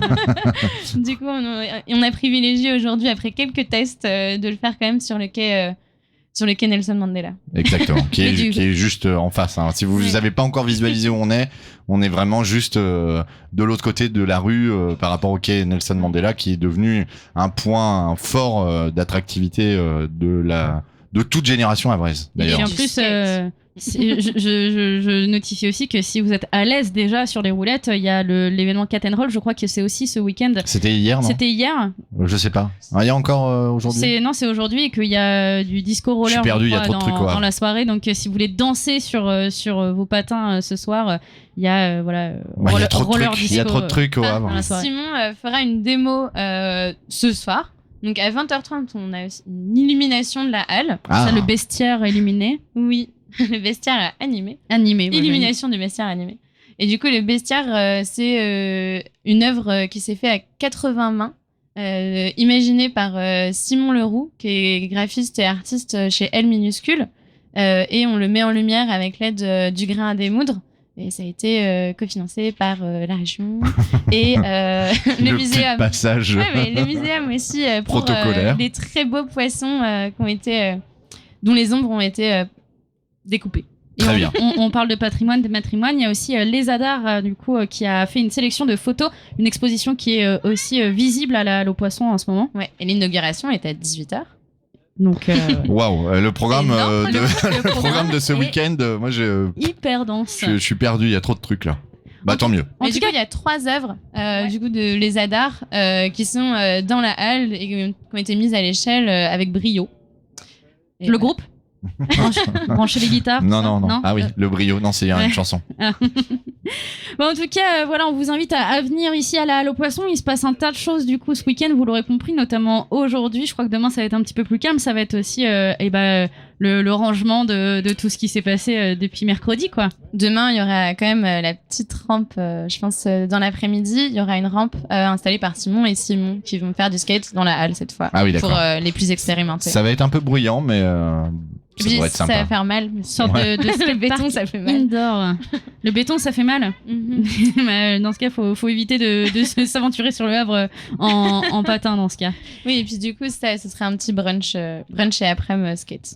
Super. Bah, merci beaucoup Clémentine. On invite tout le monde à suivre la Halle aux Poissons sur les réseaux sociaux, que ce soit sur Instagram ou sur Facebook. Ça permet aussi de savoir en temps et en heure quand il y a des choses qui se passent, puisque vous n'avez pas encore de site. Je sais pas si c'est prévu d'ailleurs, mais en tout cas pour l'instant c'est pas le cas.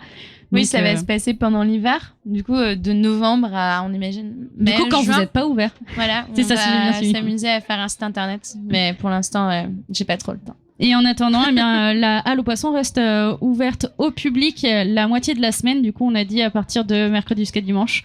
Donc voilà, vous pouvez venir avec plutôt l'après-midi, puisque l'accueil est plutôt réservé aux groupes et aux scolaires le matin. Merci beaucoup Clémentine, et on se retrouve très vite pour parler d'un tas de choses sur la Halle aux Poissons.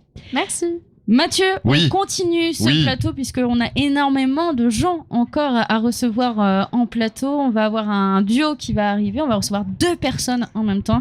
Et ça, c'est faisable parce qu'on est en caravane, cette fameuse caravane qui nous Génial. suit du coup depuis juin.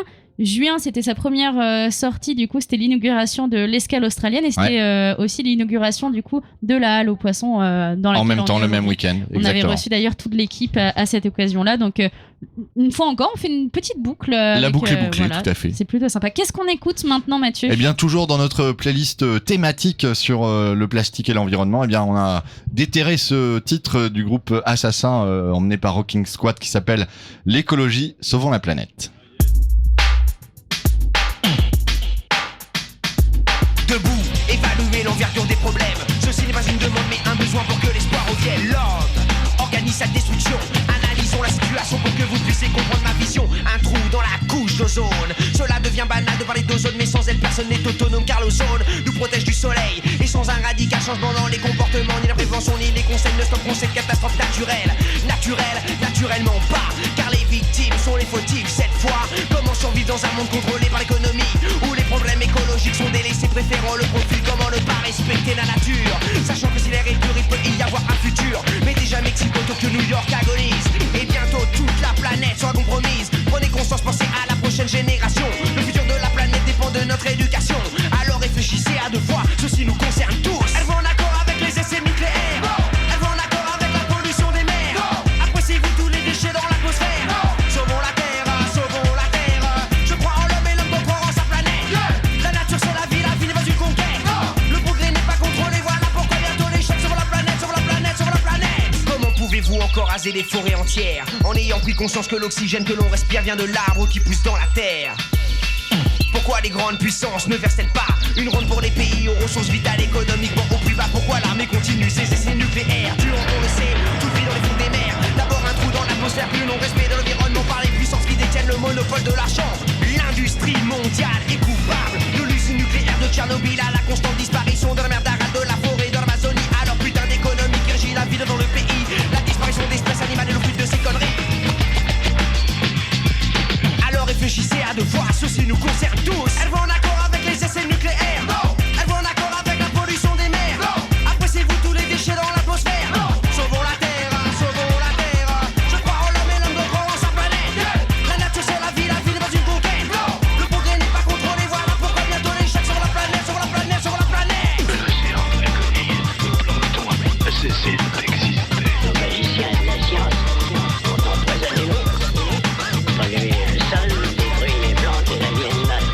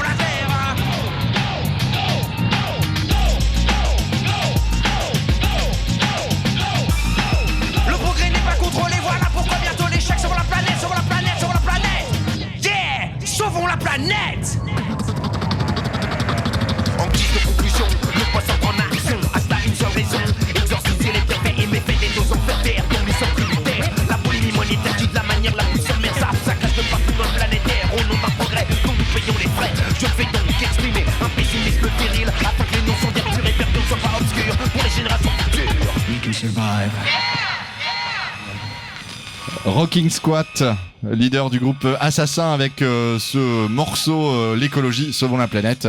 Bien évidemment en thème avec notre émission du jour, puisque nous sommes en direct du village plastique Odyssée qui fait escale au Havre, qui est arrivé mercredi, qui dure jusqu'à aujourd'hui avec plein d'événements. Du coup aujourd'hui on est au cœur de ce village où il y a plusieurs stands et où le public peut venir se sensibiliser, ou en tout cas trouver des alternatives au plastique, trouver des moyens de réemployer, de recycler le plastique, bref plein de choses tout à fait intéressantes.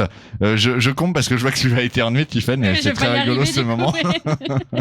Et on a 2 nouvelles invités voilà. Du coup en plateau. Si j'éternue, je suis désolée, hein, du coup j'ai pas. Je reprendrai le micro, Mais, ça s'appelle le soutien radiophonique. On reçoit du coup Géraldine et Zoé qui fait partie de Plastic Odyssée, et Géraldine qui est donc autrice et qui est anthropologue également. Zoé, déjà bonjour. Bonjour. Et bonjour Géraldine. Bonjour. Zoé, tu fais partie de Plastic Odyssée. Tu feras partie de ce tour du monde à bord du bateau.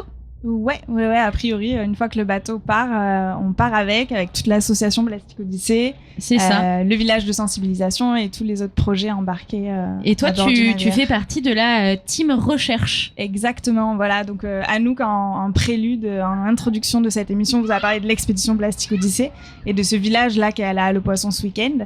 Et en parallèle de ce projet-là, dans l'association, on mène une étude sur les comportements qu'on a par rapport à la matière plastique et aux déchets plastiques, la manière dont on consomme ces objets-là.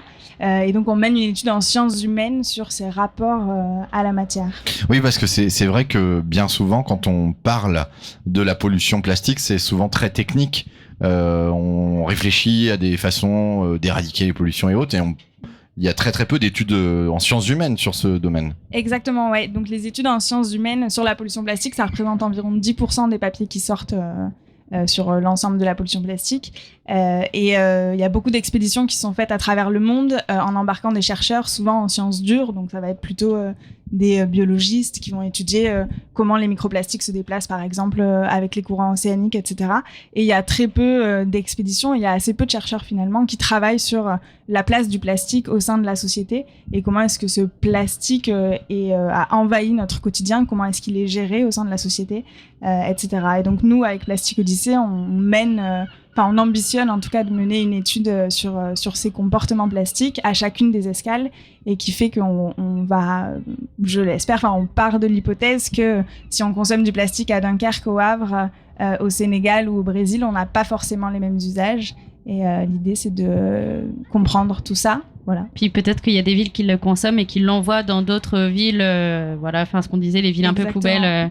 Etc. Et en parlant d'expédition justement autour du monde, du coup Géraldine, c'est ce qui s'est passé pour toi. Tu es partie du coup lors du projet X. Il y a 2 expéditions du coup qui était du coup un équipage 100% féminin et qui a fait un tour du monde et qui s'est divisé en plusieurs parties, c'est ça ? Ouais, c'est ça. En fait, à la base, je suis anthropologue et depuis plusieurs années, je travaille sur la perception culturelle du déchet marin. Et en l'occurrence, moi, j'ai pris un focus, c'est que je regarde comment, à travers le monde, les gens perçoivent les filets de pêche.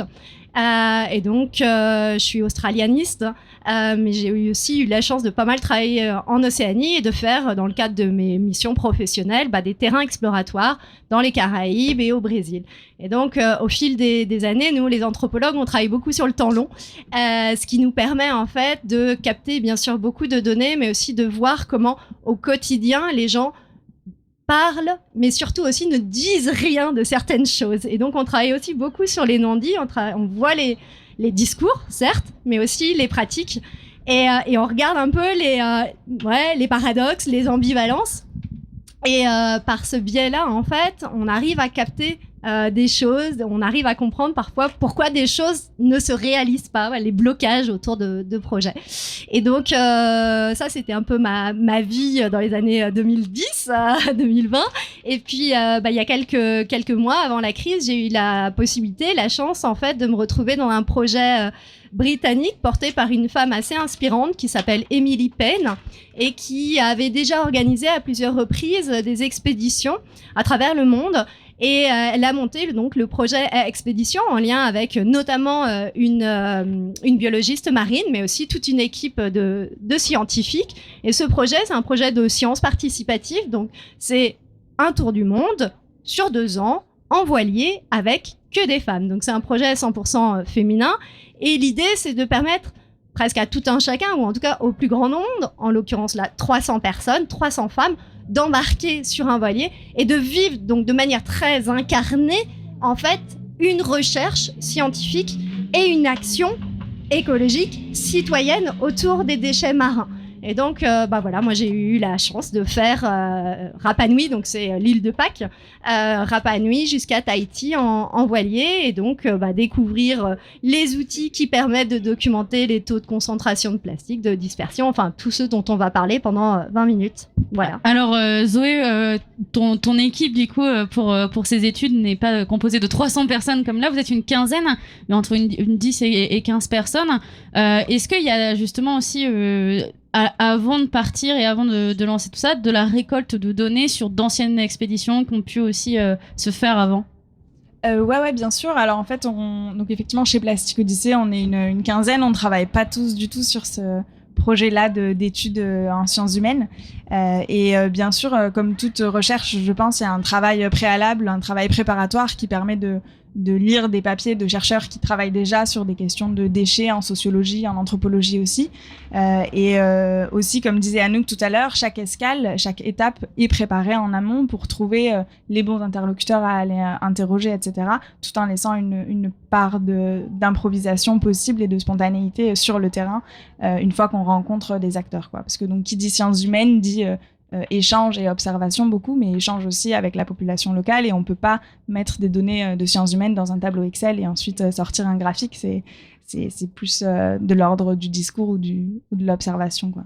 Du coup, comment ça va se dérouler? Comment vous allez réussir justement à compiler tout ça pour en faire un seul et unique un bilan, on va dire, du voyage autour du monde?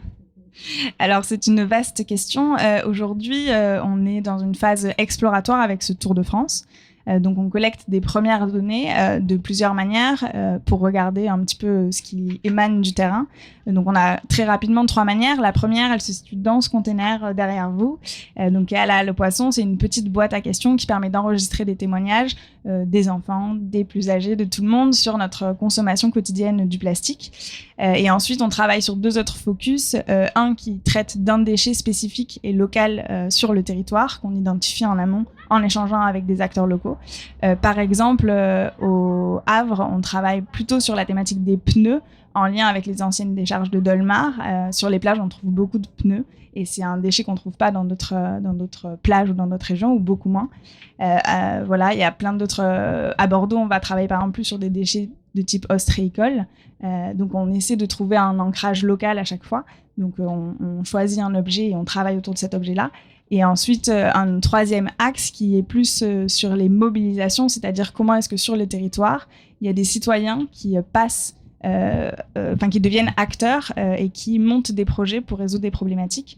Et donc, par exemple, au Havre, il y a ce projet du Hangar Zéro qui met le réemploi au cœur de son projet et qui construit autour de ça et autour d'un projet citoyen. Et il y a à chaque fois des spécificités sur les territoires, des projets qui se montent et des citoyens qui s'engagent. Côté action aussi, aujourd'hui, du moins, il y avait aussi ramassage de déchets sur la plage.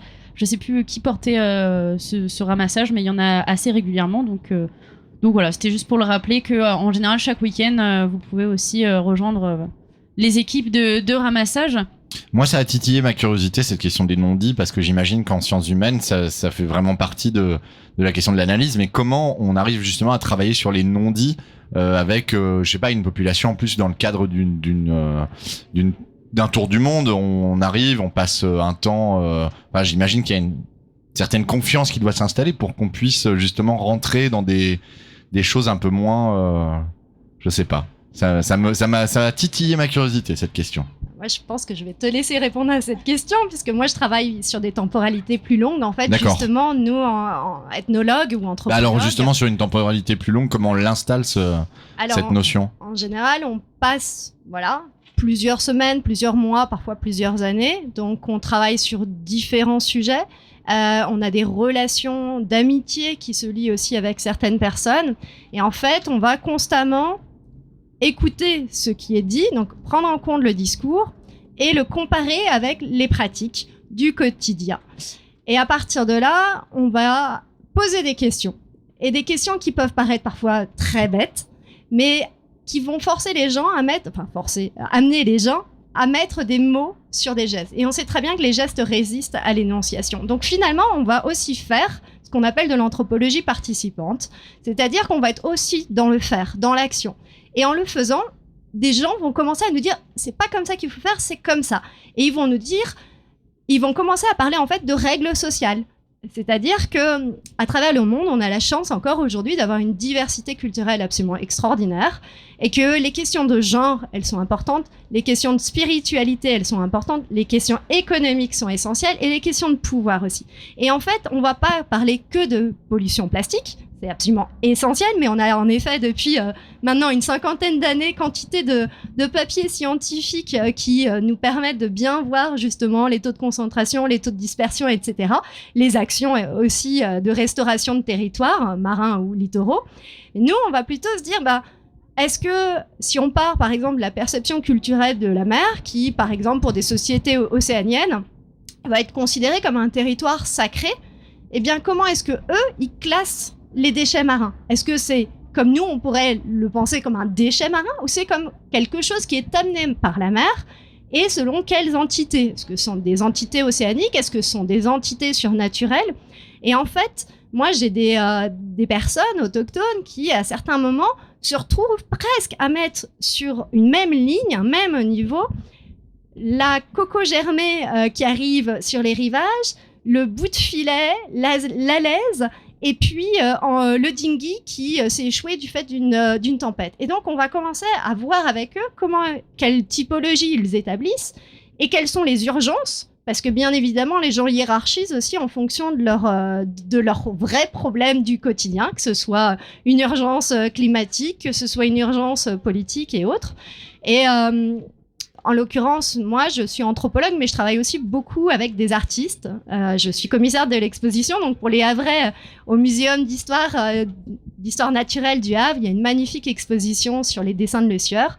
Et à l'intérieur, il y a plusieurs œuvres contemporaines qui ont été présentées, dont une installation d'Art des Gossenettes. Donc, je suis la co-commissaire d'exposition à cette exposition sur Le Sieur. Et donc, on voit aussi comment les gens vont hiérarchiser ces matériaux et comment ça les amène à dire « Ah ouais, on a éventuellement un problème » ou « On a clairement un problème » parce que ça impacte notamment des mammifères marins, des espèces non humaines, mais éventuellement, ils vont montrer aussi comment ça impacte les entités humaines. Et donc voilà, et donc on travaille progressivement sur ces choses-là, et ça amène en fait une agentivité beaucoup plus forte. Ça fait que les gens se disent acteurs d'un changement, et en fait, on vient pas porter un projet imaginé par d'autres sur un territoire. On part des dynamiques locales et à partir de là, éventuellement, on amène aussi, dans le cas d'une collaboration, des savoirs extérieurs qui peuvent manquer dans le milieu insulaire ou de la communauté. Voilà. L'approche est tout autre, mais elle est tout aussi importante. Enfin, elles sont complémentaires. L'idée, c'est pas surtout de les opposer. Merci pour ces explications. C'est tout à fait plus clair pour moi, en tout cas. Réaction dans le public. Et du coup, moi, je suis un peu perdue avec tout ça là. Il y a plein de choses. J'imagine que ça va forcément aussi inspirer un petit peu ce que vous allez faire, vous, Zoé, sur l'expédition du coup de Plastic Odyssey. Ça va être aussi beaucoup de. En fait, ça se ressemble énormément. Ce que vous allez faire, même s'il y a un côté plus scientifique et un côté plus social, ça semble se rejoindre à un moment donné. Ouais, tout à fait. Déjà, je pense qu'il y a plusieurs choses qui sont... il y a plusieurs parallèles qu'on peut faire entre nous deux. La première, c'est qu'on travaille avec des chercheurs aussi chez Plastic Odyssey. On a un collège de chercheurs, un comité scientifique en quelque sorte, dont certains que tu connais, voilà, exactement, des confrères, donc des sociologues, des anthropologues qui nous conseillent et qui nous aident pour mener cette recherche. Et ensuite, il y a la question de comment est-ce qu'on donne à voir des résultats scientifiques. Nous, aujourd'hui, on n'a pas encore fait cette expédition, donc on n'a pas encore de résultats à montrer. On est dans la phase exploratoire et elle peut encore changer, évoluer beaucoup, cette recherche. Et par contre, la question du livrable, de qu'est-ce qu'on a envie de montrer et de dire aux gens ensuite, comment est-ce qu'on peut faire changer les choses à partir de ce qu'on aura collecté comme données sur place. Ça, je pense que on se rejoint totalement, c'est que le parallèle entre la science et les arts est assez passionnant et que publier un papier scientifique quand on collecte de la donnée, c'est génial, mais il n'y a pas beaucoup de monde dans le grand public qui lit des papiers scientifiques toute la journée. Alors que collecter des objets, raconter l'histoire de ces objets par exemple, les donner à voir dans des expositions, ça c'est quelque chose de passionnant par exemple, mais on peut aussi faire des podcasts, faire de la radio, on peut aussi faire des documentaires, il y a plein de choses qui peuvent être faites au-delà de la science pur papier scientifique. Et voilà. Oui, c'est aussi une façon, je trouve le terme pas très heureux, mais de vulgariser en fait les résultats. Exactement. pour les rendre vraiment accessibles, voire carrément les poser au milieu d'une place pour dire bah voilà, il y a ça, mais derrière en fait il y a toute une démarche scientifique en sciences sociales et autres. Ouais, très bien. C'est justement prendre le côté social au maximum au final, puisque c'est vrai que les papiers scientifiques sont adressés aux scientifiques.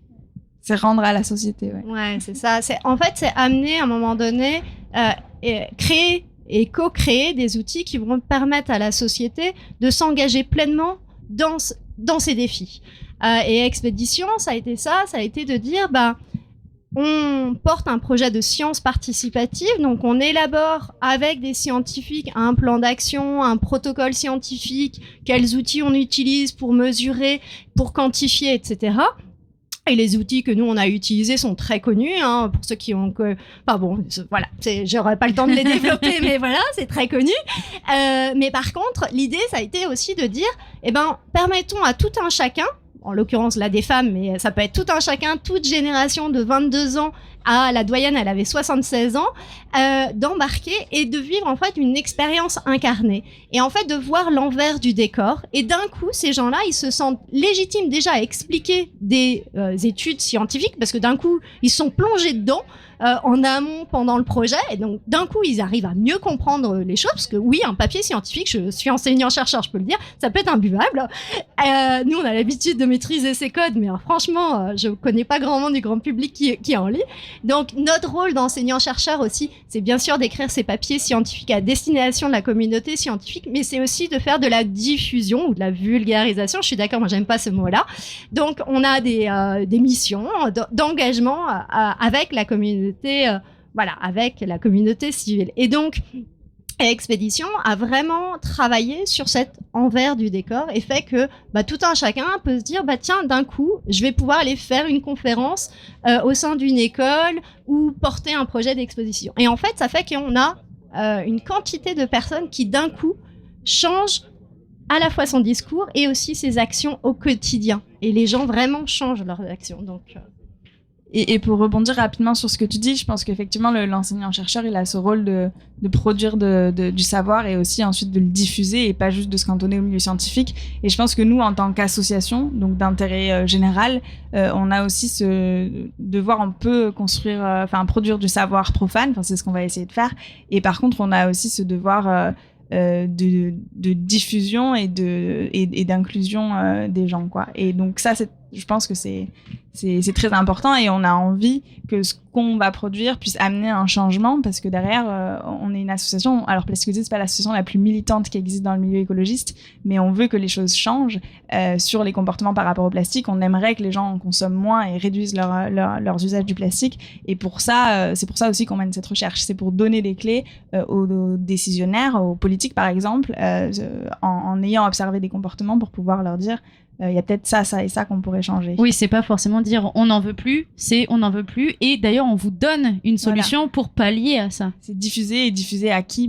Aussi aux décisionnaires. D'accord. Parce que chercheurs et assos, on peut pas changer le monde sans politique aussi, quoi. Et c'est montrer que le problème, il est global. C'est-à-dire que certes, il est lié à nos pratiques territoriales et il nous impacte, ce problème. Mais le déchet marin, justement, il circule sur de très grandes distances.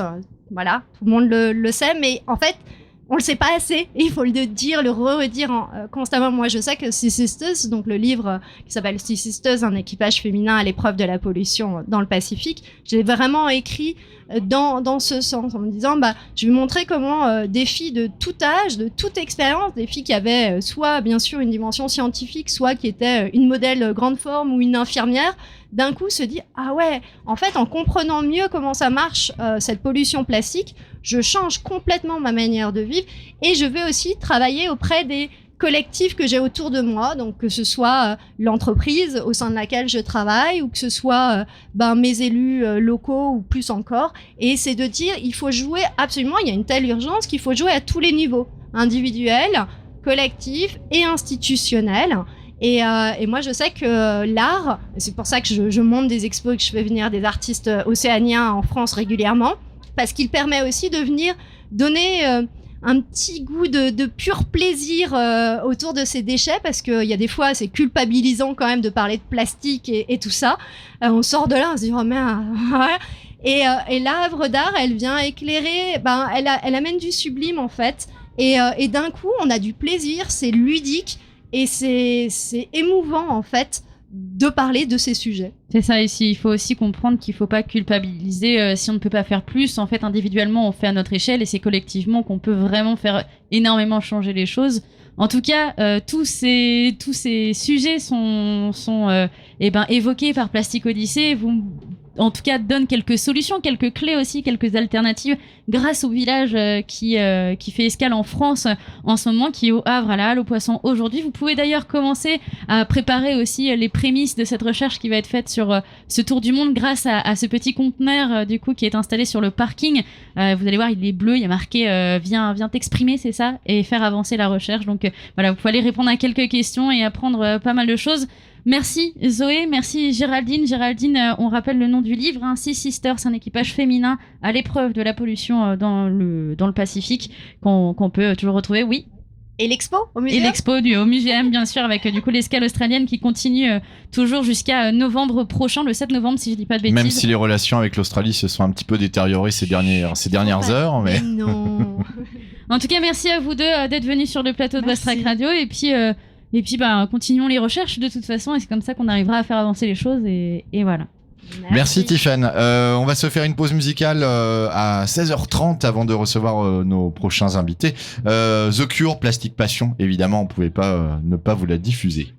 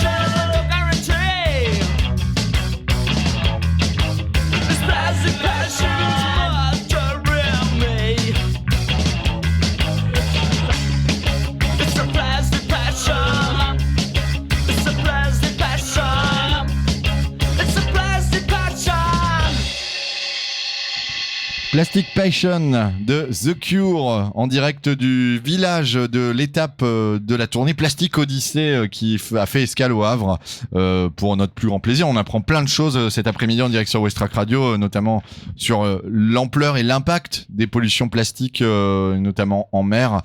Et on donc, parlait aussi de l'impact un petit peu sociologique entre guillemets avec l'utilisation du plastique, les prises de conscience aussi des gens et puis où les pollutions plastiques se situaient aussi dans leurs priorités. Et on va parler de quelqu'un qui a été touché aussi par tout ça puisque c'est Guillaume qui vient d'arriver sur le plateau. Guillaume, bonjour. Bonjour. Alors, tu es étudiant à l'ENSM, que j'arrive à dire les lettres dans le bon ordre, je vais y arriver. Mais aujourd'hui, tu n'es pas là comme étudiant, mais plutôt comme bénévole sur l'événement Plastic Odyssée. C'est ça, exactement. C'est-à-dire que dans le cadre, je crois, de tes études, toi, tu as choisi de faire un stage. Donc, on en rappelle, le NSM, c'est ce qu'on appelait l'hydro. Du coup, tu plutôt destiné à travailler dans la marine marchande ou des choses comme ça. Et toi, dès ton cursus scolaire, t'as choisi de faire ton stage au sein de l'association Plastic Odyssée, justement sur la question des pollutions marines. Ouais, c'est ça, exactement. Donc là, aujourd'hui, je suis bénévole donc au village Plastic Odyssée, qui est là donc ce week-end sur le Havre. Et sinon, effectivement, je suis un adoptif du Havre. Je suis arrivé dans le cadre de mes études au Havre, donc par l'école de la marine marchande. Donc effectivement, j'apprends sans doute pas beaucoup aux habitants havrais, mais donc à l'école, à l'ENSM, effectivement, le Havre forme donc les futurs marins de la marine du commerce mondiale. Donc on a donc des personnes avec une formation d'officier qui derrière travailleront donc sur les navires de toute taille à travers le monde, dans tous les pays. Voilà, et effectivement, ça touche énormément de secteurs et il faut savoir donc que Plastic Odyssée est un projet qui a été en partie fondé donc par 2 anciens élèves de mon école.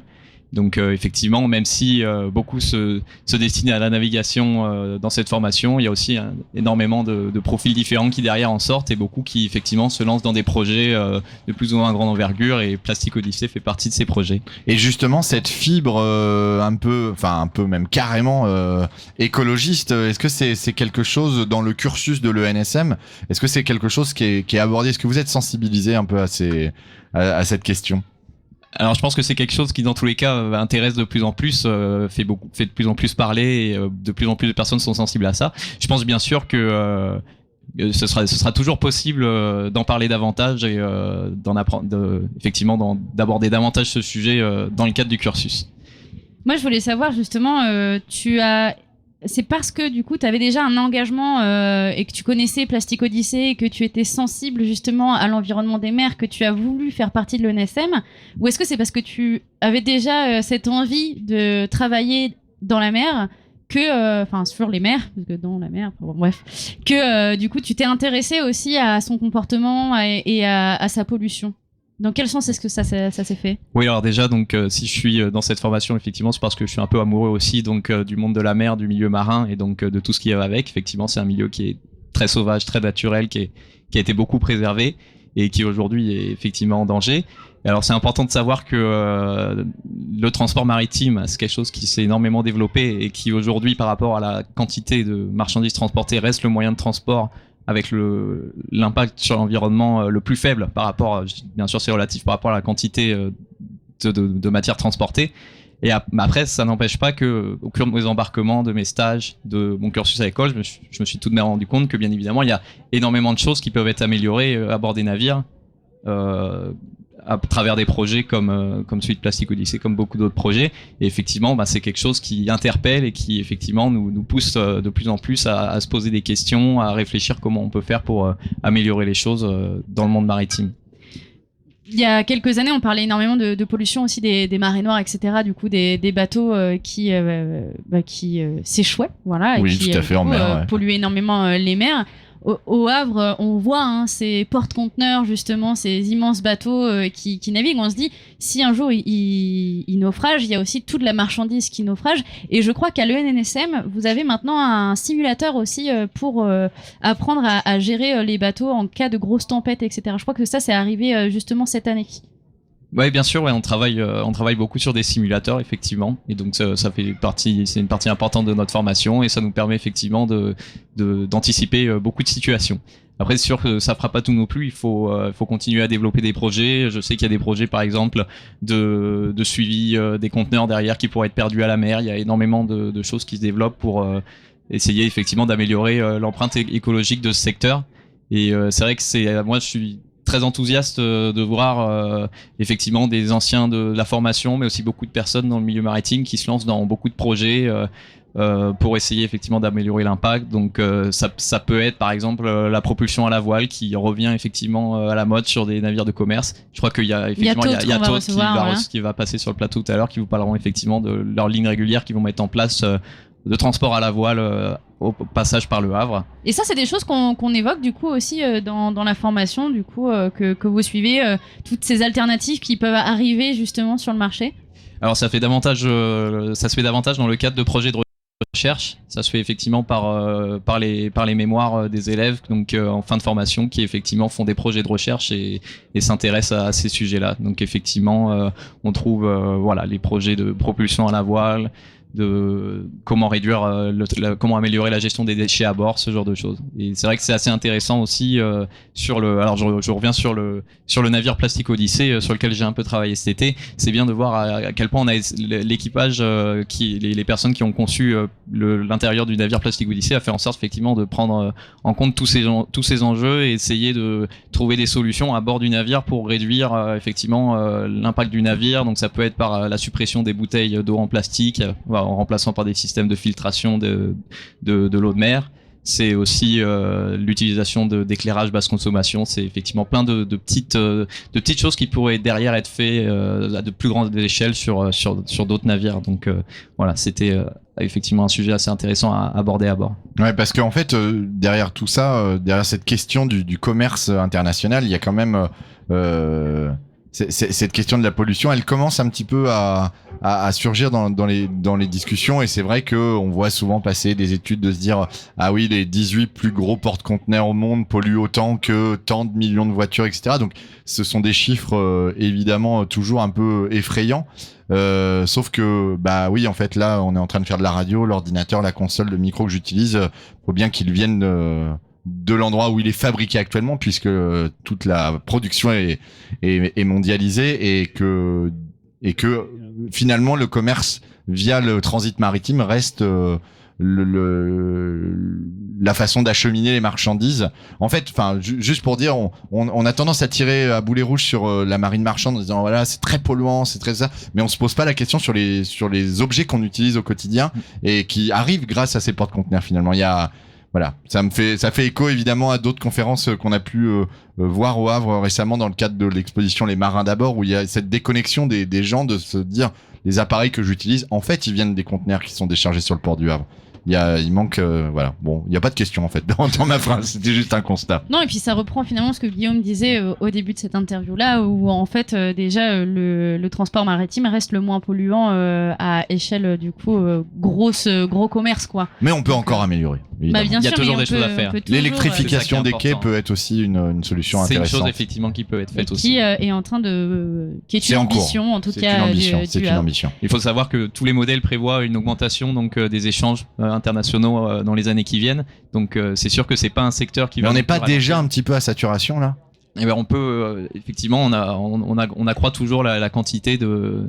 La taille des porte-conteneurs continue à s'accroître d'année en année. Effectivement, on augmente encore nos capacités de production et les modèles effectivement anticipent encore une augmentation des échanges internationaux. Après, effectivement, on peut se poser des questions. C'est effectivement dans notre consommation de tous les jours, comment derrière on peut faire pour effectivement moins dépendre d'importations. Comment on peut faire pour essayer, enfin, ce serait l'idéal, effectivement. Local, on peut essayer de oui, parce qu'en plus, finalement, cette crise sanitaire, et même pas que, on s'aperçoit bien que quand il y a un grain de sable dans la machine, tout est paralysé. Je pense au canal de Suez, et je pense plus globalement à la crise sanitaire, à la pandémie. On s'aperçoit bien que quand les navires peuvent plus venir des pays asiatiques, ça devient très compliqué. On le vit encore actuellement sur les approvisionnements en composants électroniques, etc.